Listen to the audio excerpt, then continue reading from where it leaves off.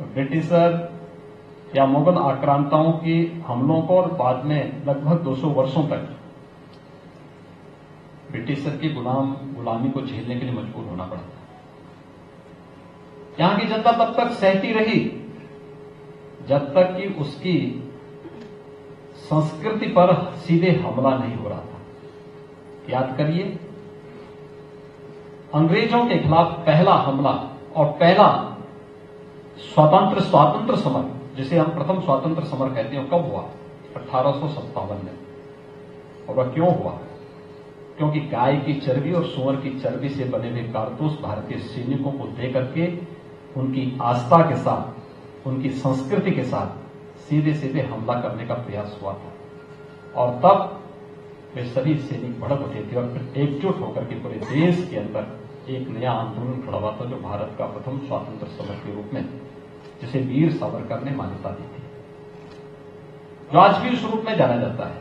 यानी भारत अपनी आस्था के साथ, अपनी संस्कृति के साथ खिलवाड़ स्वीकार नहीं करता, और इसलिए कहा गया है भारतस्य प्रतिष्ठे द्वे संस्कृति संस्कृतिस्तथा, यानी संस्कृत और संस्कृति ये दो भारत की पहचान है।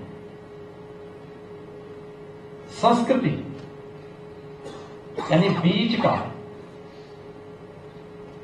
पनप जाना, एक वृक्ष बन जाना, फल फूल करके लोक कल्याण के माध्यम से किसी को छाया देना, किसी को फल देना, और बाद में फिर अपनी मारती लकड़ियों से लोक कल्याण का मार्ग प्रशस्त कर देना। एक एक अवयव उपयोगी है। पेड़ है तो छाया दे रहा है, फूल आए तो सर्वत्र खुशबू फैला रहे हैं, फल आए तो सबको फल की मिठास दे रहा है, और अगर सूख है तो इमारती लकड़ियों से लोक कल्याण का मार्ग प्रशस्त करना, ये संस्कृति है। लेकिन बीज का सड़ जाना, गल जाना, ये उसकी विकृति है। संस्कृति पर हमला उस विकृति को बढ़ाने जैसा है, जो बीज की नियति को फलने फूलने के लिए नहीं, बल्कि बीज की नियति को सड़ने के लिए, गलने के लिए छोड़ देना चाहता है, उसको नष्ट कर देना चाहता है।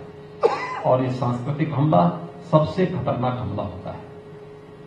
याद करिए, मुगल इस देश में तब तक आराम से शासन करते रहे जब तक उन्होंने मंदिरों पर हमले नहीं किए थे। जब मंदिरों पर हमले हुए तो उनके पतन भी आते हुए दिखाई दिए। मैंने सुना है कि औरंगजेब के वर्तमान पूर्वज कोलकाता में रिक्शा चलाने का काम कर रहे हैं।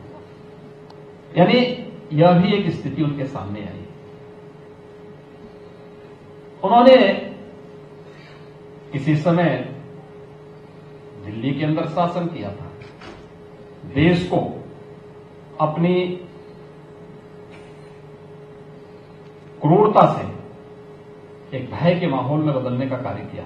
लेकिन एक समय ऐसा भी आया जब उन्होंने भारत की संस्कृति पर हमला किया। परिणाम हम सबके सामने है।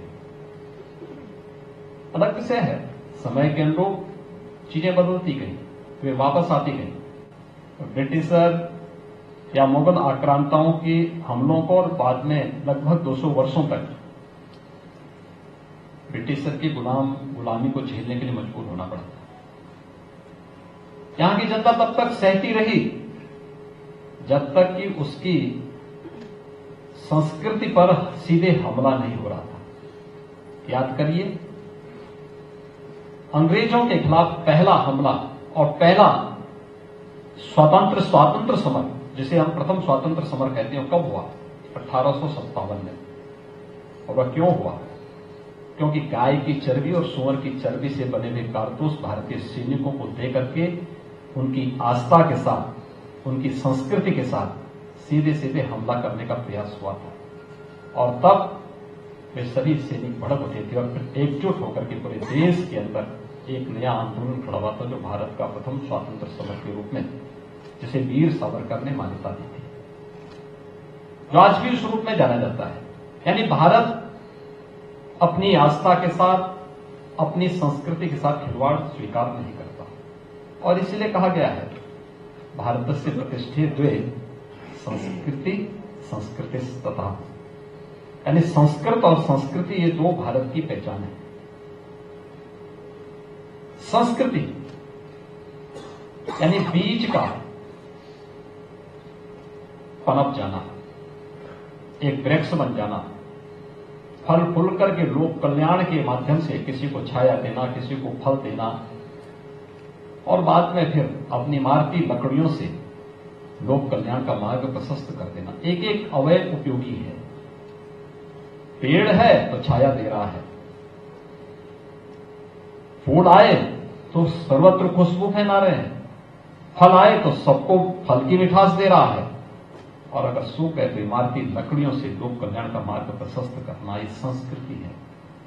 लेकिन बीज का सड़ जाना, गल जाना, ये उसकी विकृति है। संस्कृति पर हमला उस विकृति को बढ़ाने जैसा है, जो बीज की नियति को फलने फूलने के लिए नहीं, बल्कि बीज की नियति को सड़ने के लिए, गलने के लिए छोड़ देना चाहता है, उसको नष्ट कर देना चाहता है। और ये सांस्कृतिक हमला सबसे खतरनाक हमला होता है। याद करिए, मुगल इस देश में तब तक आराम से शासन करते रहे जब तक उन्होंने मंदिरों पर हमले नहीं किए थे। जब मंदिरों पर हमले हुए तो उनके पतन भी आते हुए दिखाई दिए। मैंने सुना है कि औरंगजेब के वर्तमान पूर्वज कोलकाता में रिक्शा चलाने का काम कर रहे हैं। यानी यह भी एक स्थिति उनके सामने आई। उन्होंने किसी समय दिल्ली के अंदर शासन किया था, देश को अपनी क्रूरता से एक भय के माहौल में बदलने का कार्य किया। लेकिन एक समय ऐसा भी आया जब उन्होंने भारत की संस्कृति पर हमला किया। परिणाम हम सबके सामने है। अलग विषय है, समय के अनुरूप चीजें बदलती गई, वे वापस आती गई।